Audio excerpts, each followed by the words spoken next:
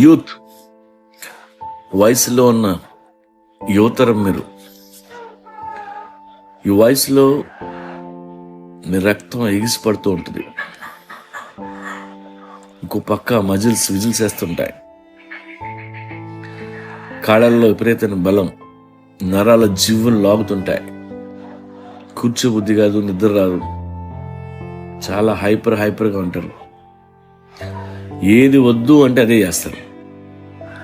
మీకు ఏదో ఎగ్జైట్మెంట్ కావాలి, ఎప్పుడు దేంట్లో దూకుదామా అని ఏదో చూస్తుంటారు. భయం తెలీదు, భవిష్యత్తు గురించి బాధ ఉండదు. మీ వయసులో ఉన్న యువతరమే మేధావులకు కావాల్సింది. ఇంటెలిజెంట్ పీపుల్ యువతరాన్ని తమ కళల కోసం, అవసరాల కోసం వాడుకుంటారు. అందులో చాలా మంది మేధావులు యూత్ని ఎప్పుడు మిస్యూజ్ చేస్తారు, మిస్గైడ్ చేస్తారు. మిమ్మల్ని నమ్మిస్తారు, ఉద్వేగపరుస్తారు, మీతో ధర్నాలు చేస్తారు, ఉద్యమాలు చేస్తారు, దోపిడీలు చేస్తారు, క్రైమ్స్ కూడా చేస్తారు.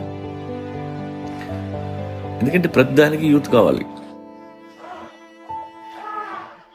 గుడిలో భజన చేస్తూ మీరే,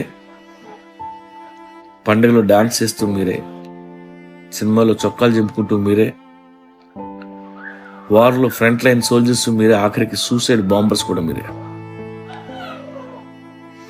ఈ వాయిస్లో ఉన్న కుర్రాళ్ళకి మిమ్మల్ని ఇన్స్పైర్ చేసే ఒక లీడర్ కావాలి, ఎగ్జైట్ చేసే ఒక మాస్టర్ కావాలి, లేదా ఒక హీరో కావాలి.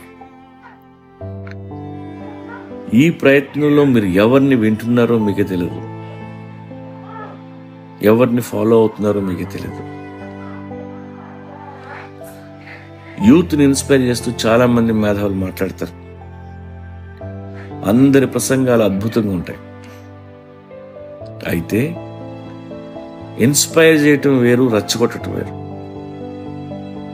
తేడా తెలుసుకోకపోతే మీరు చాలా తప్పులు చేస్తారు.